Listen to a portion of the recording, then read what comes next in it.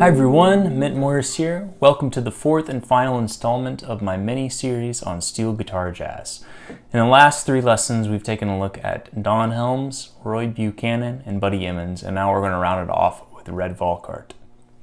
So the great thing about Red's playing is that he's taken from these previous guys and then added a really cool signature kind of jazz guy thing to it that not many other people have, and I think really make it a unique sound about his playing. And this is adding the 2 minor chord before the 5 chord in a resolution. So this is really, it's a standard jazz thing. It's all of jazz is built on the 2 minor 5 change. But incorporating it and bringing it into country and western swing gives it a very sophisticated and nice full sound, especially when you add in the articulation he does and the kind of full-on attack instantaneously all at once of using your fingers, whether that be 3 fingers like him and the pick, or using all 4, right? So he'll use a pick and then like 2 fingers and as acting as 3, or pick, and then you can kind of do the more Roy Lanham thing where you use 4 fingers at a time. But he didn't use it, Roy Lanham didn't use a pick, he just used 4 fingers. But anyway, you can do either one of those and get that full punch. So in this lesson, we're going to be combining most of everything we've learned. So if you haven't, please see the description, and there will be a link below to the rest of the course where you can follow along on the playlist for the lessons, as well as get the PDF of all the examples and music covered in tab and standard notation. It's going to have all the chords written out and correct fingerings. So please check that out. Along with the Barney Kessel course I would recommend that I have called Soloing Big Band Style. I'll have the description or the link in the description below for that. That has a nice background of all of these kind of chord shapes that you can be using and incorporating that guys like Roy Buchanan, Don Helms, Buddy Emmons, Red, they've all mastered and know really well inside and out. So that will help you in your playing. So in this, we're going to be kind of keeping with our Cheatin' Harp kind of backing track styled changes where we're playing in the key of C, just playing 1-4-5, and then the bridge is 4-1-2-5. So if we're in the key of C, if we're going to the 4 chord, the F, we can play C, C7, or F, right? 1, 1, 7, 4, right? It's acting as a 5 chord into the 1, as F, okay? So we can also just throw in a minor chord in front. So we're going to take the 2 of F, which is G minor. That becomes the 2 minor. The 5 is C. Resolve into the 1, right? 2, 5, 1. That's going to be the basis for everything we do. So now we're just going to move that into triads and shell voicings and easy grips. So if we take this basic G minor triad, we've got G, B flat, D, G. We're just going to find all of the kind of colors around it that we can use that are pretty common. So I've got the triad, I've got the minor 7 right here, or the flat 7 I should say, with my pinky on the 6th fret. I've got the 6th right here, the E. I've got the 9 and a normal. And then I've got a G minor 7 like this straight across, and put the 9 on top as well. So I'm just going to kind of play through them and just kind of get my fingers used to where those sounds are. So I might.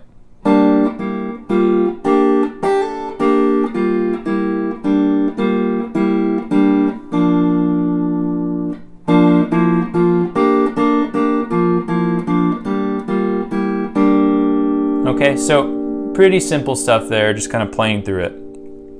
And then I'm going to try and connect it with the C7 chord. So I've got a C7 shell voicing right here, okay? And all I'm going to do is look at the notes. I've got E, B flat, D, and G. And then if I reach up with my pinky, I can get the 13. And then if I want, I can get the flat 5 right here. I can get the flat 9, right? D to D flat. Or I get the sharp 9. And those are some common voicings. So I might.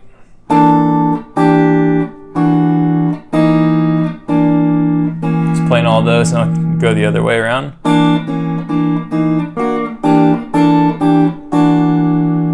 All right, so once I kind of get those under my fingers, I'm just going to combine the G minor to the C.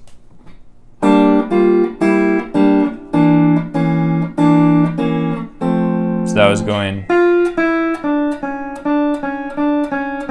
Really simple melody, right? The smaller the movements, the better. All right, into my F.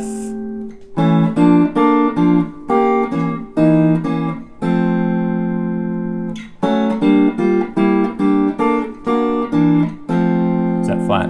5.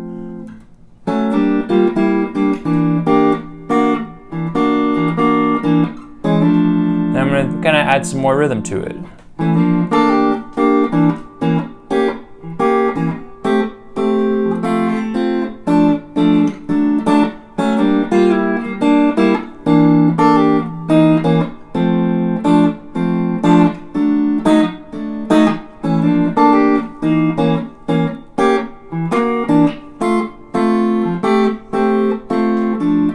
And I'm just going to move through that and try and get as many of those kind of sounds under my fingers. And then I'm going to move up to the next one. I've got a G minor right here. So G, D, F, B flat. And then I've got a C7. Really a C9, B flat, D, E, C. Right? And I'm just going to work on combining those. To my nearest F, there's an F6. We talked about that in a past lesson. G minor, C, F. Then I'm going to look for those extensions. I've got the G minor 11 there, C9, C flat 9, and then I could take off the C on top, have a C13, C13 flat 9. Okay, so a lot of different options there. So I want to just kind of work on combining them.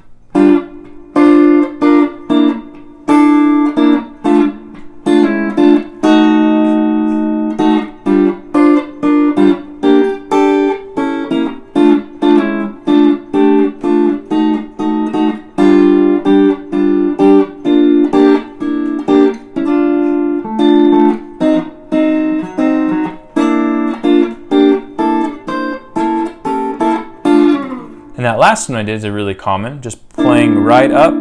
We have 3, 4, 5, then I can go to the 6, up to the 1, and just kind of going all under that C7 chord. Into the F. So you find the inner movements within all of these. And then it's just a matter of combining both positions. So I might go.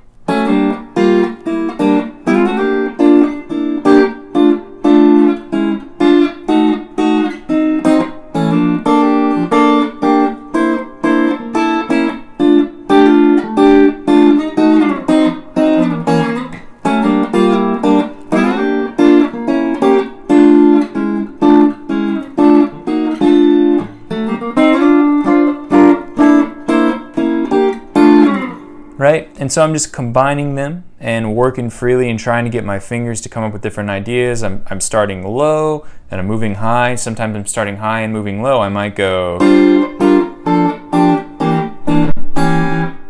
right? I'm starting high here. Got the G minor 11, normal G, G minor 9, 13, normal kind of C7, into the F, right? Trying to sneak as much as I can in to kind of get the voice leading. Now a common thing he'll do is kind of this like, kind of you start right here, right? And you'll play, right? We have normal, flat 7, 9, and then we'll go into this movement and then resolve. So I might go some kind of variations of those. If I want to extend it,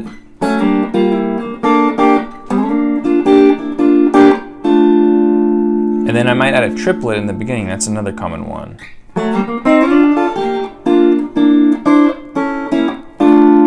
Right, just kind of sliding in,